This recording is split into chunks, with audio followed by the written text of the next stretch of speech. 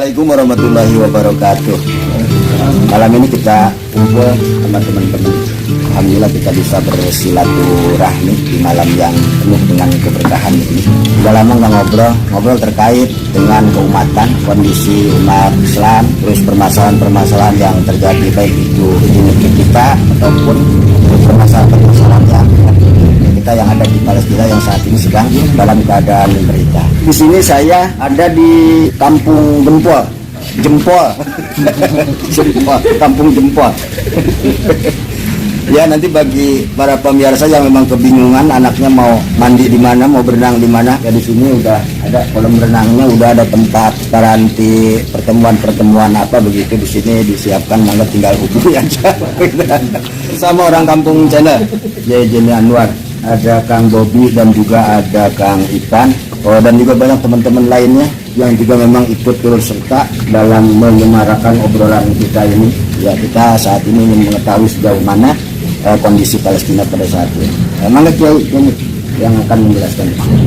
Sampai saat ini bahwa saudara kita yang ada di Gaza, Palestina itu masih di bawah keramat atau di bawah jajahan Yahudi. Bahkan korbannya itu udah lebih dari 35.000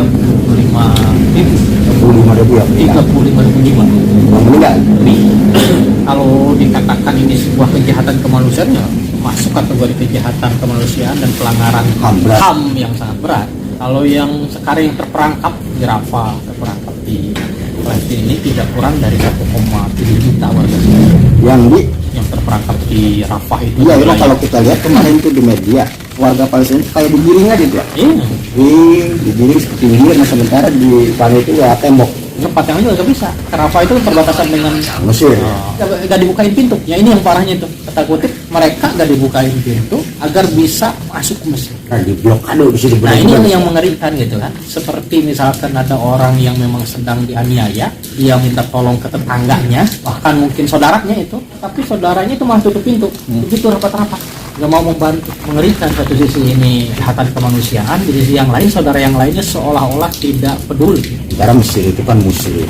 Sampai saat ini reaksi yang benar-benar menunjukkan pertolongan terhadap mereka, kan yang dibutuhkan itu bukan sekedar ya, ucapan bela sungkawa atau sekedar ucapan mengecam, tapi butuh tindakan nyata, artinya upaya untuk menghentikan nih si penjahat ini. Ini ada penjahat yang mau ngebunuh, mau menyiksa misalkan saudara kita. Untuk kepedulian kita kan bukan hanya sekedar mengobati luka-luka saudara kita yang dipukulin itu, atau misalkan turut serta menguburkan yang sudah meninggal itu, tapi bagaimana kita menghentikan si penyerang ini. Nah, ini sampai saat ini kan kita gagal. Bisa gini, tadi kemarin itu ada komen di YouTube saya itu, komenan itu mengatakan begini, urus aja dalam negeri kita sendiri deh.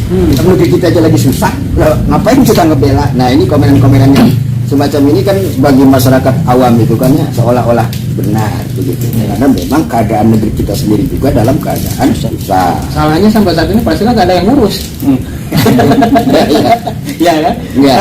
Gini, kalau kita pakai misalkan pegangan agama kita, Islam di sini, entah itu orang Palestina, itu orang yang memang tinggal di negeri Indonesia ini, gitu kan, atau yang ada negeri-negeri yang lain, selama itu adalah orang-orang Muslim, orang-orang yang bertuhankan Allah Subhanahu Wa Taala, yang imani baginda Nabi Muhammad SAW sebagai utusannya, yaitu adalah saudara. Yang memang apapun yang terjadi di antara mereka, itu menjadi bagian tanggung jawab kita juga. Pertanyaannya tadi kan, kalau yang biarin lah jauh-jauh, ngurus yang jauh gitu kan, yang dekat aja kita sedang susah. Masalahnya sekarang faktanya yang dekat juga gak diurus, yang jauh juga apalagi. Iya kan? Sekarang makanya udahlah, gak usah mikirin Palestina gitu kan. Kita mikirin negeri kita ini aja lah. Di negeri kita sendiri juga nggak ada kepedulian. Padahal dua-duanya juga kewajiban. Di negeri kita ini juga harus diayah dengan baik, diurus dengan baik. Menjauh di sana pun karena mereka saudara kita sama Muslim juga harus urus. Kata baginda Nabi kan, la yu'minu ahadukum hatta yuhibbu li akhihi kama yuhibbu li nafsihi. Yu'minu ahadukum, tidak beriman di antara kalian, tidak sempurna iman di antara kalian sebelum kalian itu mencintai saudaranya seperti mencintai dirinya sendiri. Menjaga saudaranya seperti menjaga dirinya. Pedulian kita kepada siapapun yang sedang dianiaya, entah itu saudara kita yang di Palestina, entah saudara kita yang di negeri yang lain, itu adalah bagian dari bentuk keimanan kita. Nah, masalahnya adalah bahwa mengucapkan itu adalah orang Muslim juga. Nah, berarti kan di sini ada sekat. Berarti kan ini agak penghalang begitu ya. Seolah-olah ya Muslim yang jauh itu bukan bagian dari dirinya. Nah, menghalangi tadi dari sisi apa persaudaraan begitu yang satu akidah tadi. Nah kira-kira apa sih sebetulnya yang menghalangi kah umat Islam ini seolah-olah merasa masa bodoh lah urusan mereka. Yang mestinya kaum muslim itu dipisahkan oleh dipisahkan, disekat oleh satu pemikiran yang lain karena beda negara, beda tempat tinggal. Oh itu pengaruh juga itu. Ya, pengaruh. Itu yang kita kenal adalah bahasa nasionalistik. Nah, negara bangsa. Oh kita ini bangsa Indonesia, itu mah bangsa Palestina. Beda. Bahaya juga itu. Sangat bahaya. Bahkan itu justru menyebabkan kaum muslimin itu berpecah belah. Salah satunya ide tersebut diamalkan oleh kaum muslimin. Sangat kecil sekali harapan ketika pemikiran itu sudah ada pada negeri-negeri kaum muslimin. Kecil sekali harapan untuk membela negara kita di Palestina. Dan berarti kan ini harus ada upaya bagaimana caranya bisa menyelamatkan saudara-saudara kita di Palestina. Karena berbagai macam upaya juga udah di paling tidak kita uraikan misalkan ada solusi jangka pendek, ada yang memang solusi jangka panjang. Ini modalnya kalau mau tindakan yang pertama menghentikan kejahatan Yahudi laknatullah alaihi ini. Dan apa gitu kan? Tentu mereka menyerang secara fisik, hentikan dengan fisik juga. Artinya butuh tentara kaum muslimin.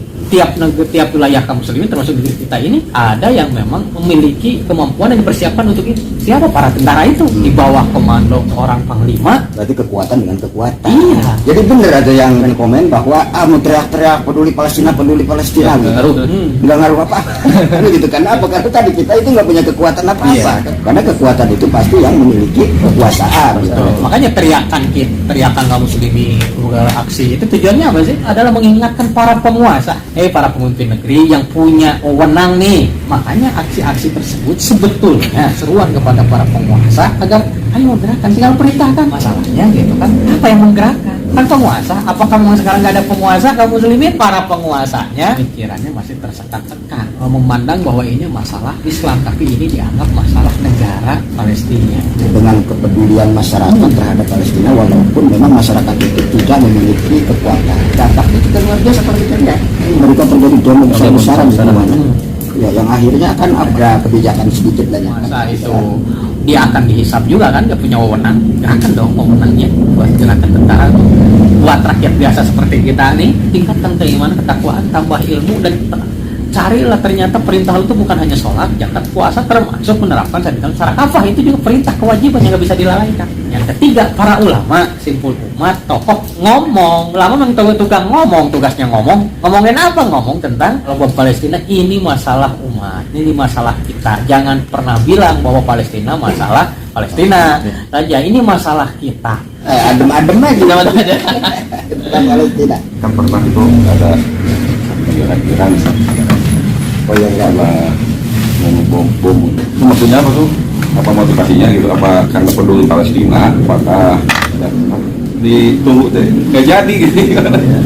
Kalau kita nanti teliti itu ya berita tentang itu, Iran bergerak bukan dalam rangka membela Palestina, karena Iran itu juga punya masalah tanda kutip. Padahal itu mah masalah antara Israel dengan Iran ini masalah politik, masalah kepentingan mereka yang memang tidak harmonis katakanlah gitu. Ini kan melebar juga itu. Anak simpati ya.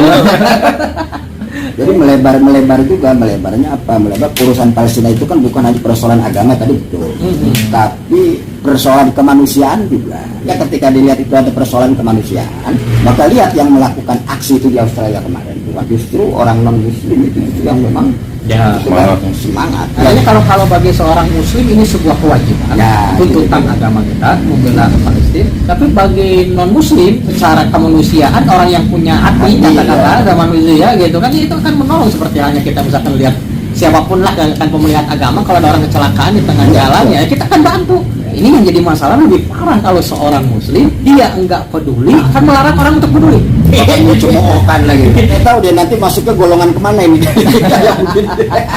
Nah, sama Yahudi gak diaku, Muslim gak diaku. Padahal memang kan gamblang itunya kalau Palestina. Di Palestina ada Masjid Al-Aqsa. Sholat lahirnya banyak para nabi di situ. Tempat suami rojek, masa orang Muslim sendiri juga nggak melihat ke sana kan begitu. Dia taruhlah kalau merinan orang-orang Palestina memerenan jauh berbeda. Tapi lihatlah itu bagaimana kondisi Al-Aqsa yang menjadi sebuah sejarah yang sangat. Kita mah pengen seperti itu, Insya Allah, gitu kan. Ya, dari kemarin itu ada anak kecil, justru saya mau kesian sama orang muda. Waktu saya yang lain waktu itu, karena kita mau berjibaku dengan jihad dan lain sebagainya. Yang di luar itu masih asik-asik aja, nyetir mobil, anak bisa ngopi gitu, bisa makan uli, bisa makan pisang goreng santai tanpa memikirkan orang Palestina. Ya begitu Ustaz. Ya. Luar biasa ini obrolan, ada isinya, ada manfaatnya. Ya paling tidak kita sebagai seorang muslim yang masih memiliki akidah, ya adalah akidah Islam, nggak tahu kalau akidah yang lain mah. Tapi selagi kita masih memiliki akidah Islam, pasti kita mengatakan al-muslimun al-ikhwah, bahwa seorang muslim itu adalah bersaudara dimanapun adanya, tanpa ada sekat, tanpa ada batas, dan juga tanpa ada nasionalisme bangsa dan lain sebagainya. Insya Allah kita akan masih bertemu kembali pada minggu yang akan datang, tentunya di Kampung Gempol. Obrolan kita adalah masih seputar masalah-masalah umat dan tentang kondisi-kondisi.